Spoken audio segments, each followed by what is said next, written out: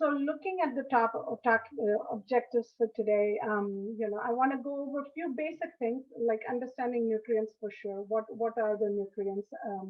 Understanding what a food label is and how do you read it.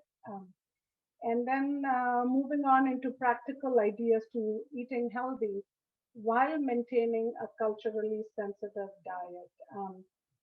So as far as I'm concerned, I'm a South Asian myself, so I'm pretty attached to my diet. So you can't let me, tell me that I need to stop eating what I have grown up eating, right? So we are all very attached to our foods, and I already saw some messages of no chai, no samosa kind of, so we like our foods, and so how do we eat healthy while maintaining a culturally sensitive diet?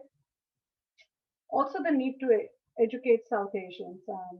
We are a very high risk population by itself. So, with a high incidence of diabetes and heart disease. So, the need to educate South Asians. And also, I am going to introduce the carbohydrate counting tool for healthy intake in this talk. So, and that is not just catering to diabetes. The tool by itself can be used by anyone. I use it. It's just being more mindful, when you're eating and being aware of what the serving sizes are, and how do you figure out how much you have eaten and what to eat. In diabetics, it becomes more important because you are actually counting your carbs. So that's why it's more used by diabetics, but it doesn't have to be. And I'll kind of introduce that. So when you look at classes of nutrients, we all know there are six nutrients: carbohydrates, proteins, fats, water, mineral, and vitamins. So if you look at the top three, the carbohydrates, proteins, and fats, they're usually referred to as macronutrients. And the reason is they provide energy to us. If you look at the micronutrients, especially vitamins and minerals, and also water, by the way, so you're looking at micronutrients coming from vitamins and minerals. They are referred to as they are micronutrients, but they do not provide energy. Okay, but they're equally essential to the body because they are important source of nutrition. So when you look at these classes of nutrients, and if you look at the energy content of the macronutrients, and I'm going to focus more on the macronutrients here. If you look at the caloric content, you will see that the carbohydrates are giving you 4 calories per gram. The proteins are giving you 4 calories per gram of protein. And then you have fats, which are giving you twice the amount, right? 9 calories per gram. So when you are looking at your intake, you realize that the higher the fat intake, the higher the caloric intake, right? Because the fat by itself is giving you 9 calories per gram. So it becomes interesting. And for those who like to imbibe in their glass of wine or shot of whiskey or beer or whatever, alcohol is 7 calories per gram. So it's not as high as fat, but it is pretty high up there. So a glass of 1 ounce of whiskey for sure, which basically is one shot of whiskey, which is one serving, is an ounce and can give you as much as 120 to 150 calories. So those calories do add up. If you're looking at how much you're eating, and if you pick up a food, then looking at the food label by itself also becomes very important, right? And I'm sure most of us, most of you are already looking at the food label. If you're not, I highly recommend that you pick up the product and look at the food label. As per the FDA, every processed product in this country, in the United States, I'm not talking about other countries, as per the FDA, every processed product in the United States is required to have a generic food label like this.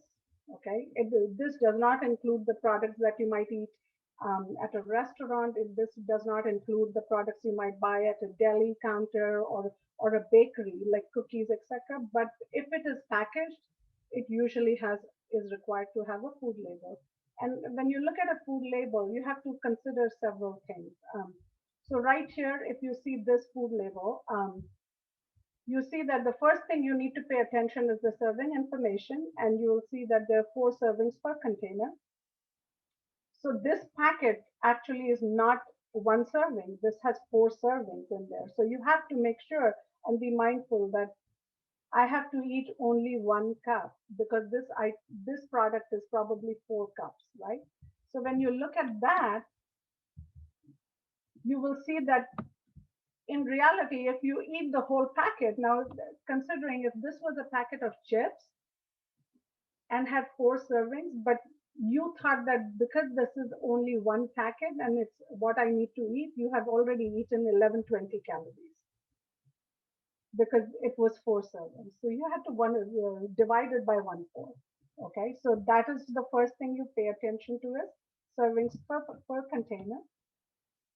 Then if you're looking at the macronutrients, the next thing you look at is the total carbohydrates, right? So here you see 34 grams of carbohydrates, total carbohydrates.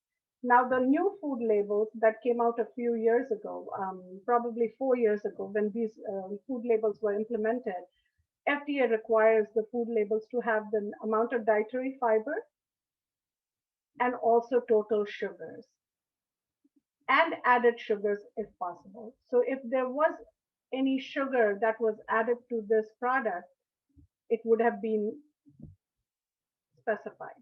Okay, so in this case, if you look at the total carbohydrates, it's 34 grams. And now, if you remember the previous slide that I talked about, every gram of carbohydrate gives you 4 calories, right? So if you're looking at 4 calories, 34 times 4 is 136 calories. Of your 280 calories total are coming from carbohydrates. Okay, right there. Now, what are the daily values that you see? Those are percentages for the whole day based on a 2000 calorie diet. Okay, so don't go by the daily values just as is, because that is not reflective of this product. It's the reflective of if you were eating a 2000 calorie diet. However, if you're looking at just this product, and if you're looking at the total calories that you're getting from this product are 280, and carbohydrates are giving you 136, then that is what you're getting. The rest are coming from the next macronutrient, and that is protein. 15 grams of protein in this product. So this is a fairly high protein product. It probably has some meat in it. Not necessarily, but and I'll tell you why I think it has meat in it, but in a minute. But if you see 15 grams of protein, so if you again remember the previous slide I talked about, protein also gives you 4 calories per gram, right? 4 calories per gram. So you are looking at 15 times 4, 60 calories for this product coming from protein, okay? And then if you go to the third macronutrient, and that is total fat, you see that the total fat in this product is 9 grams. Now, if you remember, every gram of fat is 9 calories. So here you have 81 calories coming out of the 280 coming from fat. And that is where your caloric breakdown happens for this product. It's all coming from macronutrients, okay? Now, again, as per the FDA requirements and the new labels that came out recently, fats are also divided, and the FDA requires the labels to now say the amount of saturated fat in the product, so 4.5 grams. So 4.5 grams out of the 9 grams of fat in this product are coming from saturated fat. So basically 50% of the fat in this product is coming from saturated fat. Okay. So that's where you have to keep. And then trans fats. So they are also required to tell you how much trans fats are. And now in the next few slides, I'll mention what trans fats are. But trans fats are basically processed fats, right? They are the hydrogenated fats. So you are looking at, so this is the basic macronutrient breakdown if you're looking at the caloric content of the label. So I suggest that anytime you look at a product, you pick it up and do glance at what the label is saying. The other nutrients that are required as per FDA are cholesterol, 35 milligrams. Now, the reason I said it was probably a meat product or had some meat content in there is because cholesterol is basically derived from meat products only. Vegetable-based products do not contain cholesterol. Okay, so had this been a completely plant-based food, the cholesterol would not have been mentioned. So there is some amount of meat in this product. And also the fact that it does have 15 grams of protein told me that and the cholesterol tells me that whatever this product is has a little bit of meat. Sodium, another important nutrient to look at. It's a mineral. But again, 850 milligrams. So you know that this is, although 850 milligrams of sodium coming from one serving of a food is pretty high. It's very high, in fact, in my mind, because as a ballpark, if you're looking at sodium content, any food product that has more than 140 milligrams of sodium coming from one serving of food is a high sodium food. Okay, but that's just, but an 850, this is a processed product. And then the other ones, the vitamins and minerals always mentioned will be vitamin D, calcium, iron, potassium, or any other significant. If the food has a certain is a rich source of certain vitamin or mineral, it will be mentioned. But these are the four basic vitamins and minerals or micronutrients that are also mentioned. So this is a food label, so I highly recommend that the people, when they buy foods, they do pick it up and take a glance at foods, because sometimes food companies, etc., walk a very fine line on how they advertise for food. So, for example, if you've ever looked at food labels for like cereals, etc., you will see that it always says cereals. It always says um, no cholesterol, or it will say high in whole grains, etc. And what they have done is they are high in sugar also, but then they increase the fiber content by adding the fiber to it, reducing the amount of sometimes reducing the amount of serving size, so it doesn't look like it's high in sugar. They add an amount of the dietary fiber to it, and then they will have big labels saying zero cholesterol. Now, that is not false advertising because it does not have cholesterol in there. However, a layman should know that there was never supposed to be cholesterol in there. It's not a meat product. It's a plant-based product. It's a grain product. So there's never cholesterol to begin with. Same thing with vegetable oils. You will find very regularly it says zero cholesterol. So pick up the food label. My recommendation is always pick up the food label and read. Okay. So going a little deeper into all these macronutrients, you will see that carbohydrates are the main source of energy. They are the preferred source of energy for our body. They can be classified as simple or complex. Simple carbohydrates are the ones that you get from fruits, the ones that you get from vegetables. It could be milk. It could be any of the sugars. Products such as candy or cookies or cakes, etc. Those are simple carbohydrates.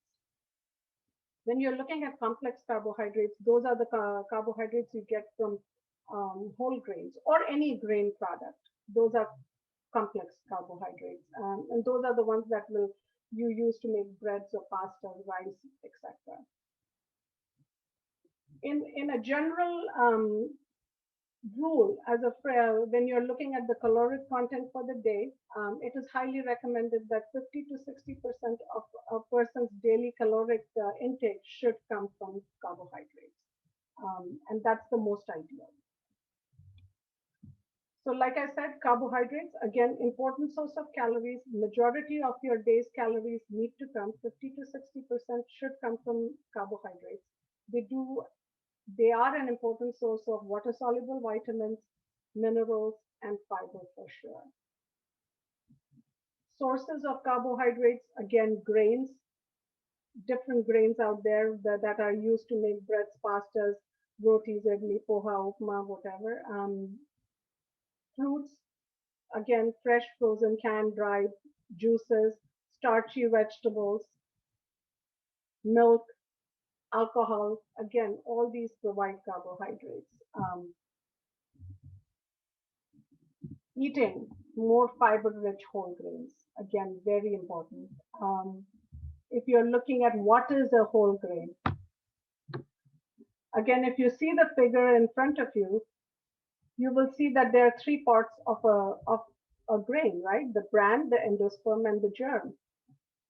When a product, a flour or whatever, contains all the three parts, the bran, the endosperm, and the germ, in that flour, it's considered to be whole grain. If the bran is missing, it is not a whole grain. Okay, so it has to have the outer part, the middle part, and the inner part to consider it the whole grain. And each part has its own importance. The bran is very high in vitamins and fiber and some antioxidants.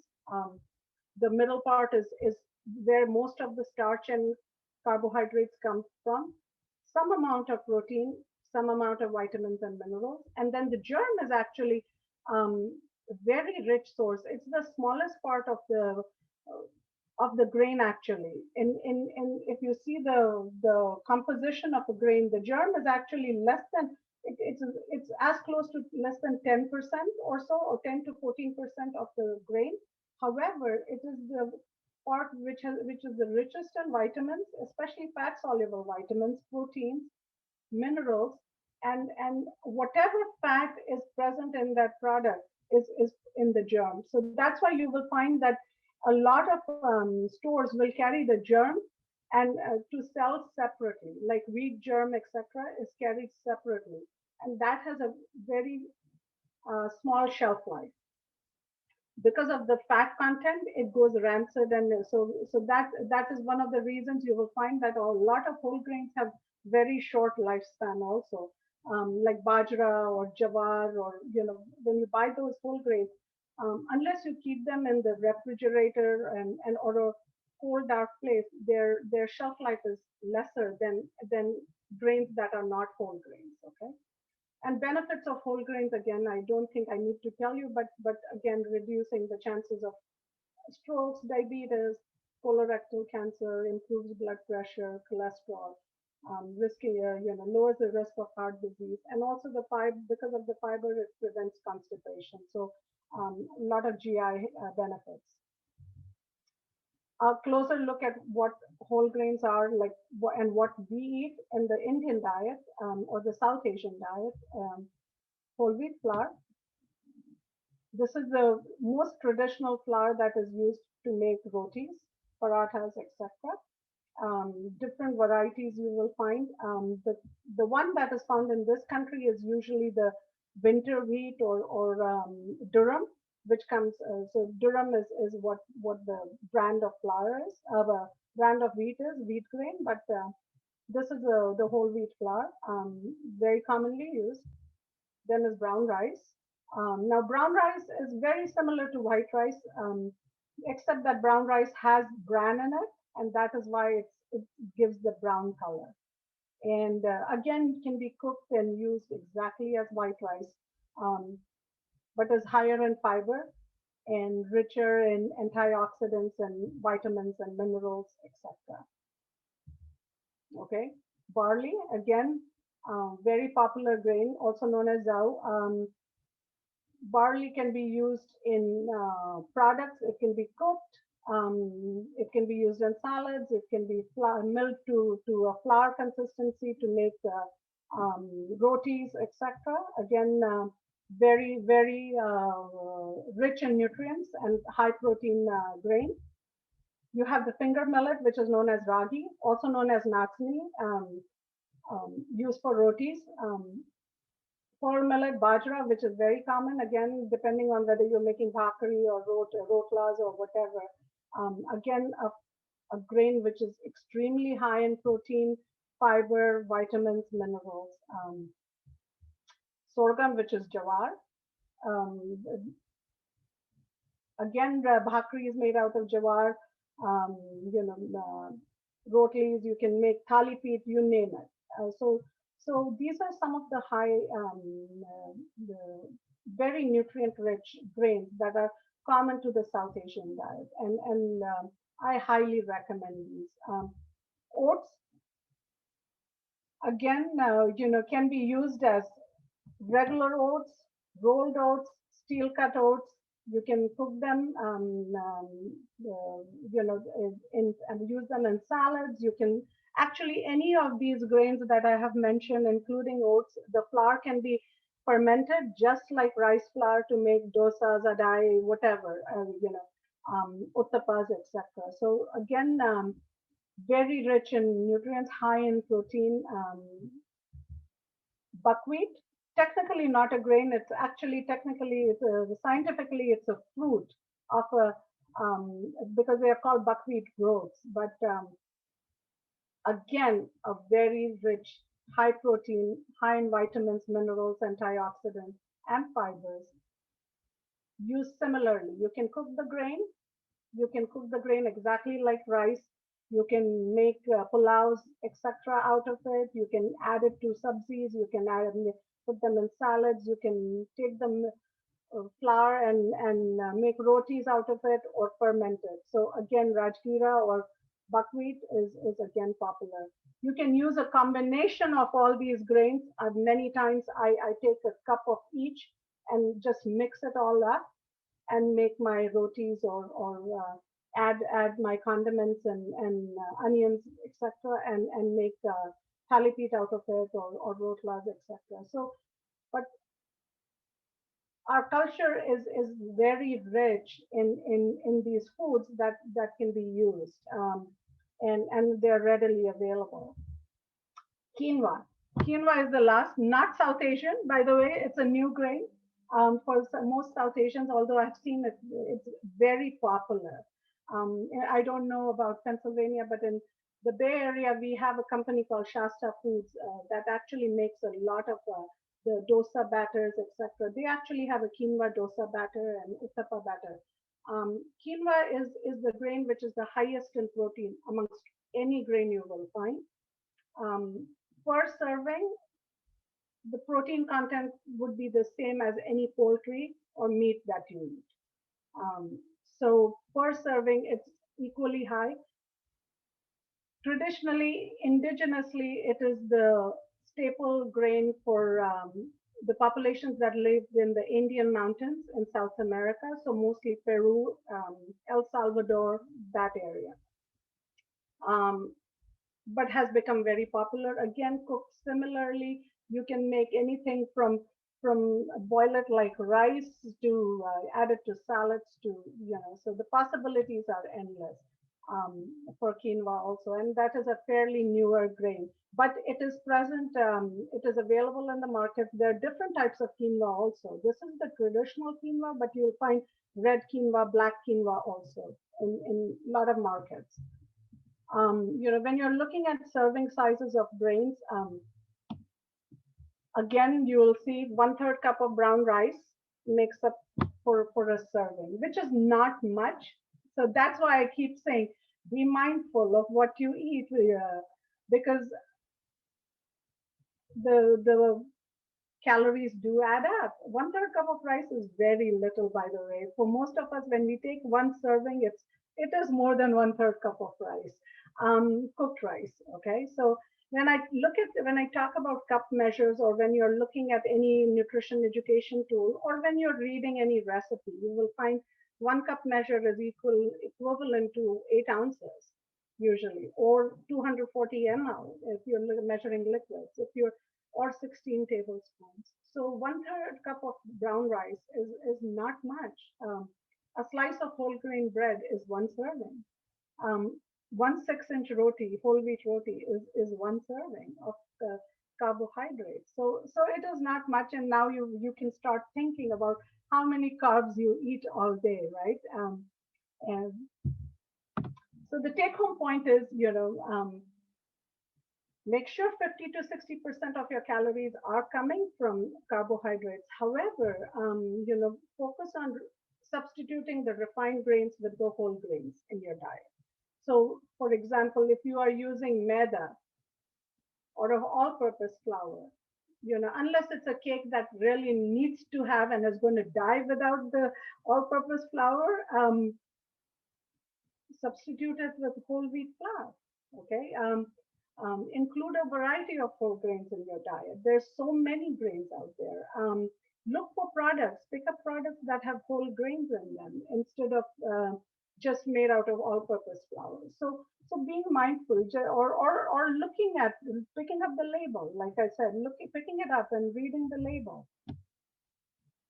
Other source of carbohydrates are fruits and vegetables.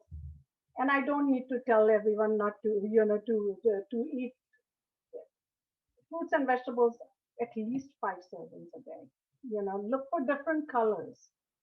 I always say look for rainbow of colors, right? Every fruit and vegetable brings its richness, and it brings it is rich in certain nutrients. It's always high in fiber. It's got antioxidants. It has it is rich in vitamins and minerals. So when you're looking at least 5 servings of fruits and vegetables a day, minimum, that you're looking at when you consume. What is a serving size? Just ballpark, if you're looking at 1 cup raw or half a cup of cooked is 1 serving. Okay, you don't need to get a weight measure and a cup, just ballparking it, 1 cup raw, or if you look, a handful or a fist like this is 1 cup usually. Okay, so if you're looking at 1 cup, look at the fist of your hand, and you know that that's 1 cup. Okay, so 1 cup raw or cup cooked vegetables is a serving size for fruits and vegetables. How do you prepare? Again, the possibilities are endless, right? I'm not recommending pakoras or frying, but they taste good. And I'm one of those, eat in moderation. Do not deprive yourself of anything, but enjoy them raw, like in salads, baking or grilling, steaming. Nothing more delicious than a steamed cauliflower in my mind. Cooking on the stove top, if you want, microwaving, you name it, blanching, minimally, and there's different ways you can cook vegetables. Um, Depending on the vegetable and the fruit, again, frozen or fresh. I don't usually recommend canned because canned, they've been processed, they've been in the, they've been heated, etc. So it's harder, but they do lose quite a bit of nutrients. But if you're looking at frozen or fresh, high in vitamins, minerals, fibers again, and antioxidants. Again, very much, they will protect you against chronic diseases such as heart disease, cancer, etc. So they are known to have their benefits. Take home point again, you're looking at 3 cups of vegetables a day minimum, 2 cups of fruits a day, 2 servings of fruits a day minimum. Do not overcook your vegetables. Limit the use of fat and salt during cooking. So when I talk about that, all our some of our vegetables that we cook, even though they are delicious, may not be the best. Like the first thing that comes to our mind is my mind is supposedly like palak paneer. Great vegetable, tastes amazing, but the palak is cooked quite a bit. Processed till it's mushy and it's overcooked, and there is a certain amount of fat in there. So depending on how you cook it. So be mindful again of the amount of fat and salt that goes into it.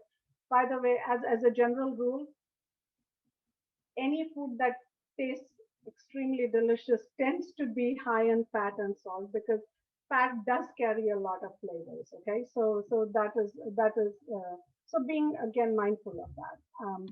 Proteins, again, a great source of energy. They're needed for growth and repair of body tissue and muscle. Made up of amino acids. So proteins are made up of chains of amino acids. Now there's 20 different types of amino acids in the body that the body needs. 11 of them are considered, non-essential. Your body can make them. Your body, so you don't need to provide them from the diet technically. But 9 of them are essential amino acids, and they are required by the that you provide them through the diet. Okay, so 15 to 20% of the person's daily caloric needs should come from protein ideally. Now, please bear in mind that if you are eating whole grains that I talked about when I talked about carbohydrates, a lot of protein does come from those grains also. So you don't have to depend on meats and poultry to get your proteins. Okay, you could have, if you are a vegetarian and if you are eating a balanced diet with whole grains and dairy, you have made up for the protein needs of your body. Again, for complete proteins, incomplete proteins. Proteins that come from meats, poultry, and dairy tend to be the complete proteins because they do have the essential and non-essential non-essential amino acids. The incomplete proteins usually come from the grains and the vegetables and the nuts and seeds, and those are incomplete because they may be lacking in a few of the essential amino acids. Okay, so you need to eat a combination of those to make up for the whole proteins. So that is why the sometimes eating poultry might be if the people are recommended to eat poultry because it is a complete protein, or we recommended to eat fish because it's a complete protein. Choose lean protein if you're, especially if you are looking at eating non-vegetarian products. So choosing your meat and poultry carefully. White meat better than red meat. Skinless chicken, breast meat versus thigh. Choosing the breast versus the thigh. Same thing, skinless chicken or turkey, fish, low fat dairy products. All these are making sure that you are choosing lean proteins. If you're looking at portion size, again, I'm not asking you to pull up a weight measure. The palm of your hand, if the chicken breast fits in the palm of your hand, that is 3 ounces. That is your serving size for protein. A deck of cards. Imagine a deck of cards. That's your serving size for protein. Vegetarian choices, again, soy products like tofu, lentils like masoor, sprouts, beans, garbanzo beans, etc., kidney beans, nuts, seeds, all give you high amount of proteins, including the whole grains I talked about. And then one serving of lentils and beans usually is half a cup of cooked lentils or any kind of beans or any of the dals, the pulses, the legumes that we are talking about. Half a cup of cooked is usually ballpark one serving. Again, try to include fish if you're a non-vegetarian. Fish has its benefits, especially certain fatty fishes, which are high in omega-3. So you will find sardines, mackerel, salmon, tuna, etc. So if you're eating a non-vegetarian diet, I would highly recommend including fish in your diet. Again, take-home point, pulses, meats, beans, legumes, again, great sources of protein, help you build repair tissue. Leaner proteins are again good source of iron and zinc also. Portion size does matter. How much do you eat? So if you're looking at, if you're a non-vegetarian and you're eating burgers or steak, etc., how much are you eating? A quarter pounder burger versus a 8 ounce steak or a 12 ounce, 16 ounce. I've seen like mega portions of steaks, etc. So portion size does matter. Reasonable portions are recommended. 3 to 4 ounces. Like I said, anything that fits in the palm of your hand is usually your portion size as far as meat is concerned. Nuts, legumes, seeds, again, make sure you eat them at least 4 servings a week. A serving size is again a 1 cup hand. Moving on to fats, which are the third macronutrients. Again, important. Fats are important, by the way. They are required by the body, even though they get a bad name. They have a bad name to them, and most times our minds think that fats are bad. They are required. 20 to 30% of the daily caloric needs can come from fats. Types of fats are what is important, and that is where you are looking at saturated fats versus trans fats versus unsaturated fats.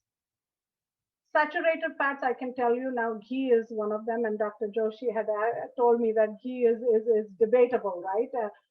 If you look at some of the Indian dietitians, especially the Rujuta Devekar, right? She promotes ghee, and good for her, and I'm totally fine with that idea concept. It's the moderation and the serving size that matters, right? Now, if you fry in ghee, that's bad. If you eat ghee, like a teaspoon of ghee on your roti, and that's all you consume, 2 rotis at one time or one roti, that is totally okay. Anything that is solid at room temperature is saturated. So if you are ever in doubt what is saturated versus what is not, anything that is solid at room temperature is saturated fat. Ghee is solid at room temperature, considered saturated, although I wouldn't say it's bad at all. Butter, and any other like paneer or even coconut oil, saturated, right? Because they are, but they do have their benefits. So they are not all bad. It's how you use it. What's the purpose? Unsaturated, on the other hand, this side of the slide you will see liquid at room temperature, different types of unsaturated fats. They mostly come from vegetables and plant-based products, canola, corn oil, rapeseed oil, avocado oil, name it. There's no end to olive oil, right? They could be monounsaturated versus polyunsaturated. So again, different types of oils, but they have their own health benefits, and I highly recommend them. And then the middle part where you see is the trans fats. Now, those are the ones I actually kind of shy away from and will never recommend them. And those are because they are lab created.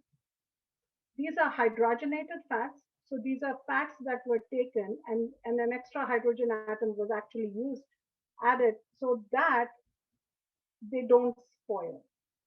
So you will find like a can of dalda there, right? Which is um, will last you forever because it doesn't go rancid. Its shelf life is unbelievably a long period of time. Those are trans fats, and that's the one in the middle. I would generally never recommend. So saturated fats, unsaturated fats, red meats contain saturated fat. So it is what you eat, how much you eat, what are the portion sizes, so what is your intake of those? That is what is the key. Never go more than, as per the American Heart Association, 7%. So if you are eating 20 to 30% of calories coming from fats in the day, not more than 7% should come from saturated fats. Okay, so that is the key. So limit the use of saturated fats. Again, fats And I think Dr. Zoshi is going to give a talk on cholesterol next time for you guys. So I'm not spending too much time, but trans fats do actually raise your LDL or bad cholesterol and lower the HDL. They are known to do that.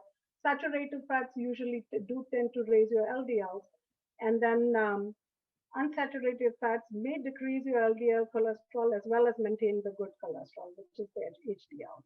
So be again, very aware of the type of fats you are using in cooking. Dr. Zoshi, how am I doing on time?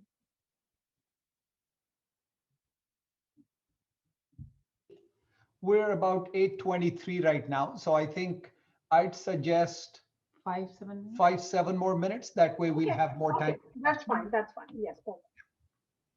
Moving on to salt consumption, limiting salt. Again, being aware how much salt are you eating. Not going more than a teaspoon of, so 2000 milligrams of salt is 1 teaspoon, and that's ballpark what we should be eating ideally in the whole day. Although I can tell you that most Americans, on an average, eat anywhere from 4,500 milligrams to 6,000 milligrams of salt a day. Okay, that is the average intake.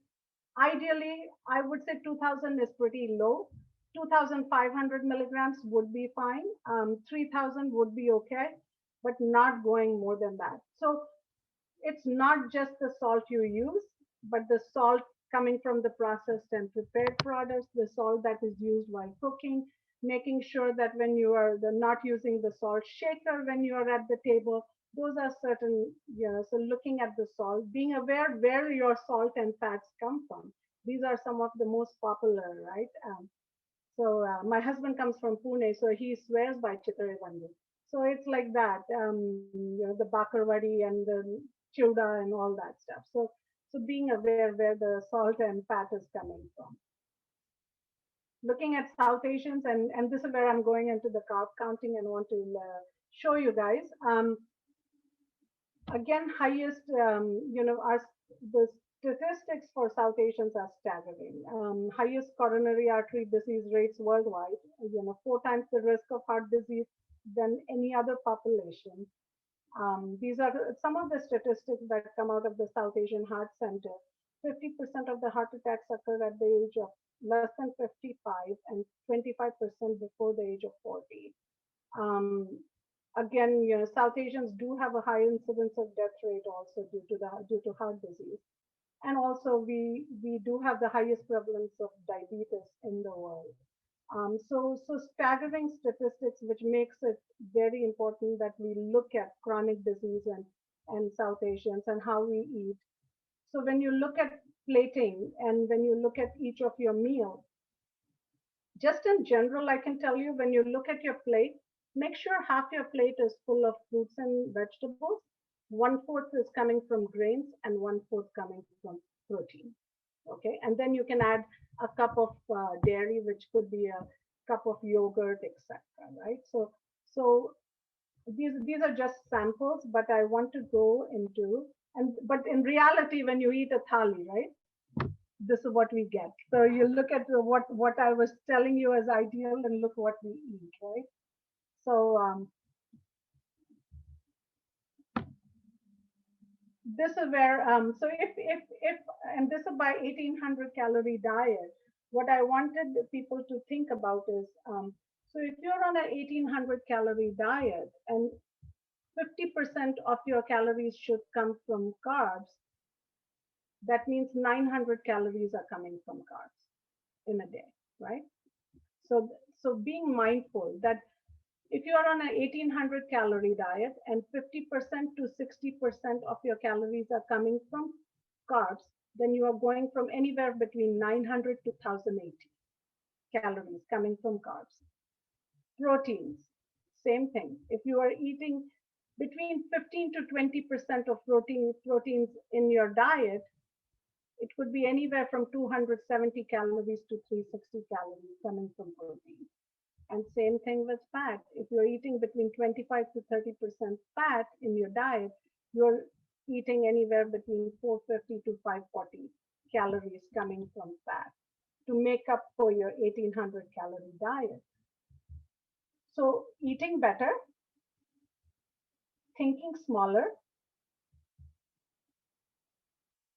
avoiding portion distortion, keeping an eye on your food portion, making every bite count are some of, and being mindful again, like are some of the key factors. When you look at your plate, even choose a smaller plate to start eating with, because that will force you to eat smaller portions.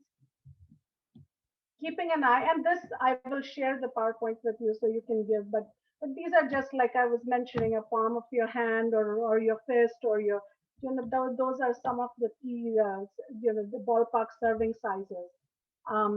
Take home points again, fruits and vegetables. I just mentioned it, so I'm going to skip this slide, but I want to go to eating, snacking smarter. The snacks are important, but what are you snacking on, right? So though that becomes very key, if whether you're eating nuts, handful of nuts, carrots versus a bag of chips, being aware where those are coming from. And then coming to the carb counting, which I wanted to introduce to everyone.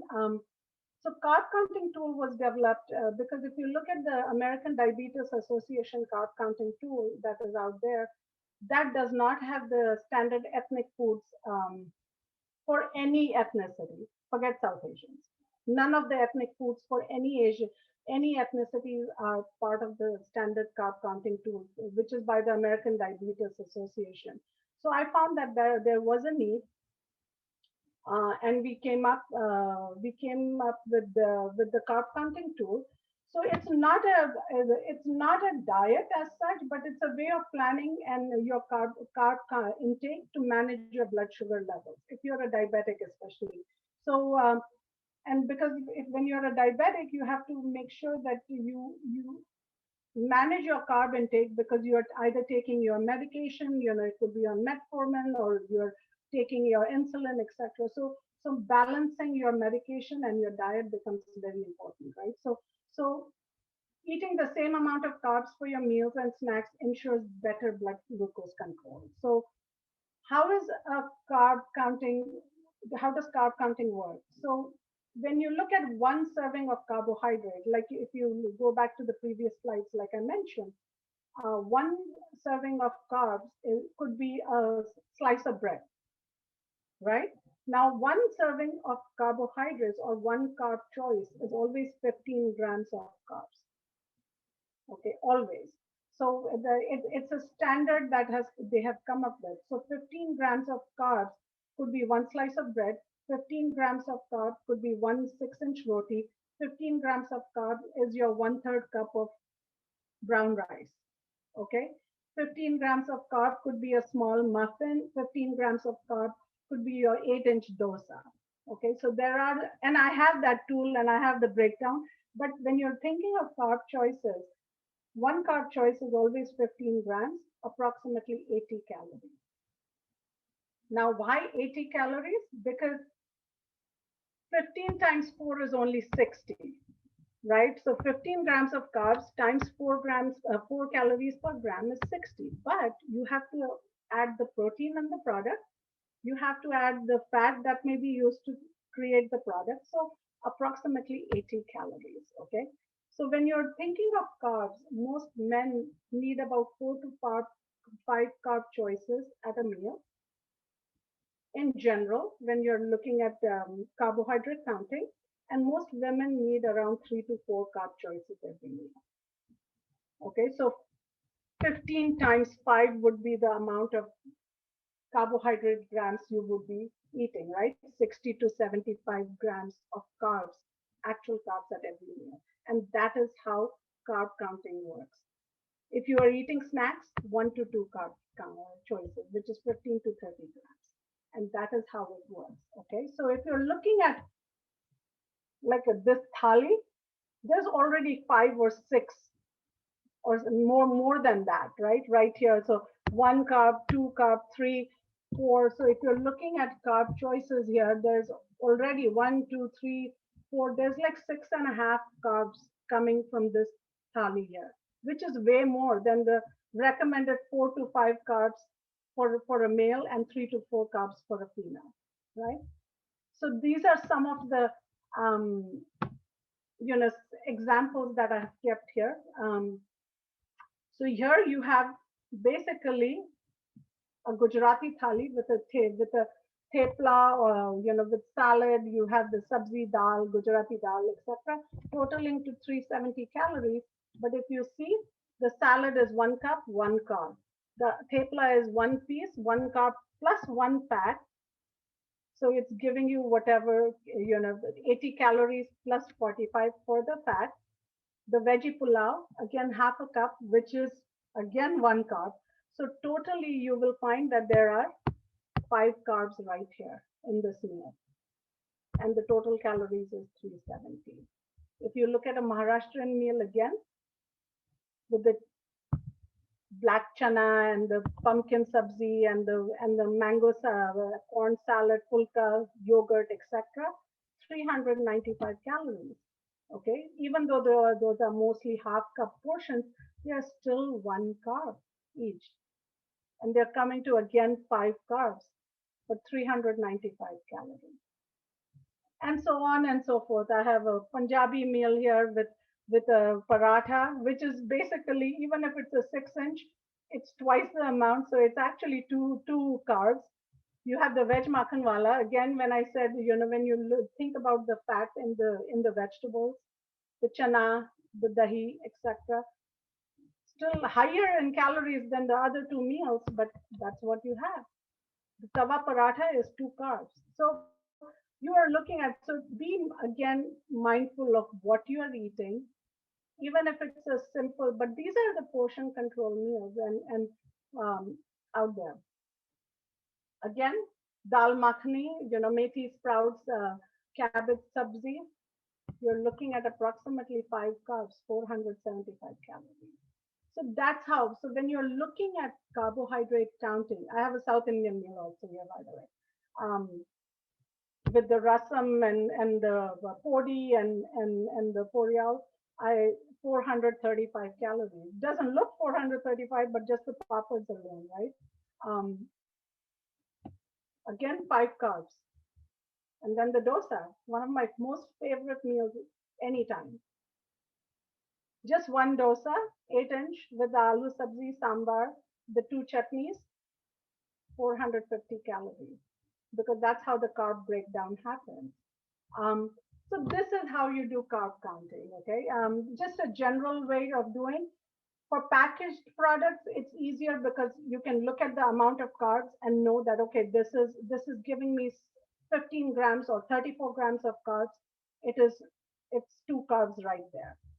Um, Nutritional information for South Asians is hard to come by, and that's why I kind of developed it, this tool. And I'll be happy to share it, like I said. But this is how it looks. So the breakdown is how it looks. So you don't have to take this down right now, but I'll be happy to share the PDF with you. But I have everything from a paratha to naan to pita to croissants. There's a pav if you're using um, upma. There's so dhan sak, matki osa. There's a lot of products that are already cooked in there, so it's easier for you to read and see what is the portion size, right? Like half a cup of dhan sak is one portion, is 1 carb choice. So that's how it is. So being mindful. I even have fats in that list, and sweets for from everything from gulab jamuns to laddus to mohan thal to rasgullas, etc. Because some of us like to eat our sweets, the lassis and the chai and the juices, even fruits. A lot of the native fruits like chikus and mangoes are in there. So this is a very comprehensive list, like I said, and it becomes, if you start using it, it becomes easier to start counting. And this is not just for diabetics. Diabetics, it's important because they are actually counting their carbs because they are taking medications and to or insulin to keep their blood glucose in control. But this is in general for anyone who is watching what they eat. You know, and there are more meals like samosas. Somebody mentioned samosas, so there you are, two carbs and two and a half fats. So which is again two carbs is what 160 calories, two and a half fats is 90 plus 20, so 160 plus. So you're looking at 400 calories coming from one samosa. So just being aware of what it is. I'm not saying don't eat, but be aware of how much you're eating. This is just a sample. If you're eating a 1800 calorie diet, how much do you eat at breakfast and noon and afternoon snack and evening meal and evening snacks, or just break them. But that's pretty much it. Thank you. Very much on target and very helpful. I know there is a lot of information, and I Yeah, think it is. you were very appropriately focused on the principles, because from there you can kind of develop a foundation from which people can build. So I'll just point out two things. One is that, just so the group knows, that Dr. Wagle has agreed to have the session recorded. So we're recording it, and we will make it available so that people are able to refer back. This is rich information, and it's very hard to be able to imbibe it right away. You have to reflect on it, you have to think about it. And also some of the resources, I have requested Ashwini to send us. They're all in the public domain. They're available, and the intent is to spread the word, because that's really what we are all in the business of doing, is to spread this public health information. So they will become available. We will post it on our website. They will be available at the joshihealthfoundation.org website. And so they'll all be available to you, including the lecture. We'll get right into a few, a couple of questions, and any other questions. Also, Ashwini has agreed to stay on for a little bit if there are other questions. So please feel free to type in the questions in the chat line. I'll go through a couple of them which are already here. One, canola or corn or vegetable oil. Any preference between one or another? Okay, so the canola is actually rapeseed oil. Okay, so canola is not corn oil. So corn oil is different. Rapeseed oil is different. Preferences, I would not say, if you're looking at those three as your choices, then they're all vegetable oils. They're all polyunsaturated fatty acids. So they're all reasonably all good, pretty and much they're on that right side of the slide. They're all on the right, yes. They are all polyunsaturated fatty acids. If you said canola versus olive, then they would be different, because canola is polyunsaturated, olive oil is monounsaturated. But now, why they're all on the right side, they're all good. It depends on what the purpose of that oil is and what you're preparing it for. Some of the oils, like monounsaturated, have a low, so they smoke at a lower temperature, so they spoil, so they are not conducive for certain cooking, for certain types of cooking. So that's where the difference is, but they're all good, fine. That's great. The next question was, and obviously the answer is, I'm sure, yes, which is, can we mix brown rice and quinoa together and cook? Absolutely, you can. Yes. Absolutely. And then the next is between tofu and paneer. Any, nutritional value wise, any difference? Oh, huge difference. Tofu is created out of soybeans, so it's lower in fat. Okay, tofu is a fermented soybean. So when and processed soybean, so it's high in soybean is a reference protein, by the way. So if it's the way it is processed, it's higher in protein, almost minimal in fat. Paneer is different. It's a dairy product, very high in fat, but at the same time high in protein, has certain vitamins, minerals, certain phospholipids, certain, like lecithin, etc., which is only present in dairy products. So good in both ways, but if you're looking at fat content, etc., then paneer is definitely much higher in fat and calorically also. Per ounce of paneer to tofu, paneer is much more calorically dense than tofu is. And tofu is. I'll go through one other, and then Renu, I think, has a comment and a question. So this one is from MG. What about olive oil? Is it better than other oils for food prep? Definitely great oil. Again, I highly recommend olive oil. It's a monounsaturated oil, but you can cook a whole range in olive oil. Like for the Indian foods, it's great. The flavors blend well with Indian food. So olive oil definitely. The so if you're looking at the benefits, olive oil definitely is a great oil to cook in. Was there a specific question about olive oil, or just No, just a generic it's one as to. unsaturated? It's a great oil to cook in. Again, they're known to reduce the LDLs and increase the HDLs. That's great. Renu, you had a comment? Yeah, so first, my comment is thank you so much for a great presentation. And I know I'm normally many time called Hitler in Harrisburg because I teach this and people don't believe in this. So I'm happy that somebody else agrees with me the She's same been way. exonerated, I guess, yeah. That's one thing. The second question which I have, which I get asked very commonly, and I would like to take your take on this, is sweetener versus sugar. What is your take on that? People still are very worried about using sweeteners and they think honey and sugar is still better than sweeteners. So your take on that? Okay, so I'm not, if you're looking at sweeteners versus artificial sweeteners versus sugar, then I would not a big proponent or a promoter of artificial sweeteners, just for the fact that they are again a lab created product, that is used. If you have to, some people do like to have the sweet taste in their beverages, etc. If you have to, that is fine. Then there are certain sweeteners that are again more appropriate. The most popular one is sucralose now, which is Splenda, right? Depending on the company, but Splenda is the most common. If you have to use it, but if you're looking at sweeteners, I would say sugar substitute of honey is good. There are a lot of plant-based sweeteners now which are coming, which have come out, such as agave nectar or stevia. All the stevia does have a bitter aftertaste, and once you cook it, it does go bitter. But I would suggest that the more natural the product you are using, it's better. But if you are really like to have that sweetness, and you have to manage your calories, etc., using artificial sweetener once in a while is fine.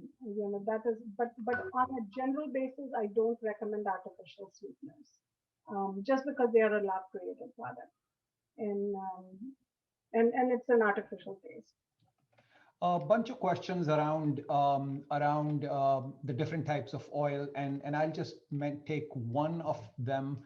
Well, actually, maybe I'll mention two in a row. Peanut oil, and grapeseed oil. And pan sprays. So peanut oil again is basically polyunsaturated. So it's a good oil to it's the most common oil that traditionally Indians have grown up with in India. Peanut oil, but it's totally fine. If you're looking at rapeseed oil, that's canola, by the way. That's sold under the canola brand in this country. Again, both polyunsaturated, it depends on what you're cooking for, but if you're looking at the benefits or the risks, pretty much the same. It's an oil. It's They're all unsaturated. Better than the other. Peanut oil is more preferred because it has a wider range of cooking methods you can use it for. Yeah, and then there is an unrelated question, which is brown sugar versus White sugar. Versus white sugar. Yeah. Well, brown sugar, I wouldn't. Some people do think brown sugar is richer. The only difference is brown sugar is the difference is white sugar is more processed to such an extent that all the impurities have been taken out. Whereas brown sugar is still contains a some of the natural, cooked sugar, so what you call as molasses, etc., are still part of the brown sugar. So they tend to be negligibly, I'm not saying significantly, I'm saying negligibly higher in certain vitamins and minerals. Okay, so that you would get, whereas in from white sugar, which is plain dextrose, you won't get any nutrients, no vitamins, no minerals. It's processed to an extent. Everything is kind of washed out, and all you have is the simple carbohydrate. Brown sugar is still giving you a negligible amount of nutrients such as iron, certain vitamins and minerals in there, because it's still not processed to that stage where, and there's still some amount of sugar, natural ingredients in there. So that is the only difference. Otherwise, a carb is a carb, and they're both simple sugars. That's great. And then, yeah, I think that I know that given where we are with time, I think this would be an appropriate cut point to maybe call it a day. But I think importantly, though, the one misconception, I think, while there may be some theoretical reasons, including maybe even the fact that I think Alka Kanaya talks about this a little bit, but some theoretical reasons why you have to be careful. You may have to be careful with large amounts of sweetener, artificial sweeteners. However, the common concern among the Indian community, like with many communities for that matter, not just the Indian community, is that somehow they are unsafe is unfounded, though. So I think that's important. Unsafe as in there is no hardcore data on either cancers or any of that nature. So if there are differences, what very similar to the theme of your talk today, which is in moderation, either side of the fence, which is if you are going for a carb, meaning straight carbs in the form of sugar, that's all of the initial part of the talk about caloric intake has to be very carefully considered. And if that's okay, and you're not a diabetic and you're managing your calories, so be it. If you're doing in moderation, you're doing that, that's cool. On the other hand, especially for a diabetic, I guess, particularly. Right. But to your point, there is no, absolutely no. So so for example, when I was answering your question, I was not talking about diabetics, but if you are a diabetic and you are controlling your carbs and you like that sweet taste, using sweeteners is there is no known research, by the way, through anyone, FDA or USDA, that they are harmful to you. Mm-hmm. I think that was the point. That is what I wanted to get out, because people always tell me it's highly researched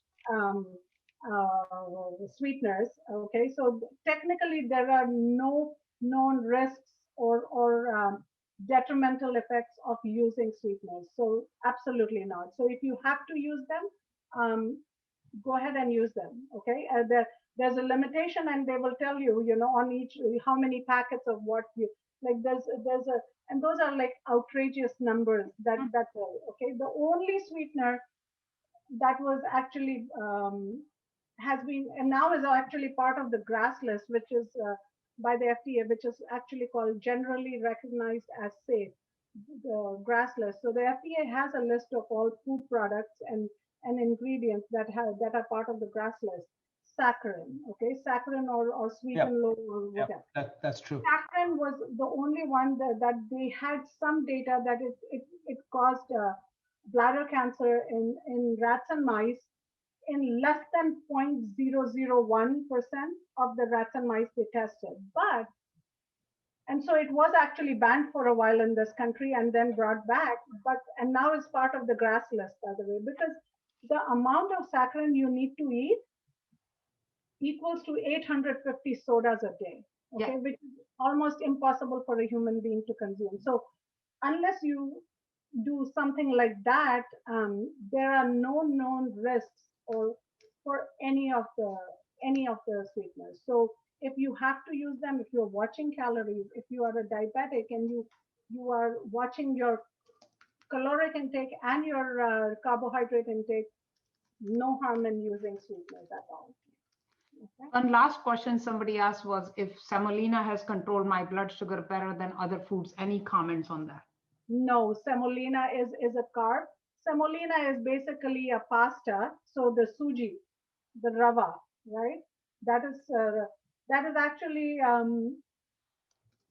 carb. So where the way it is processed is when the grain is milled, suji is grain, the flour is milled, and then they actually add water to it, and then they dry it, and then when it's milled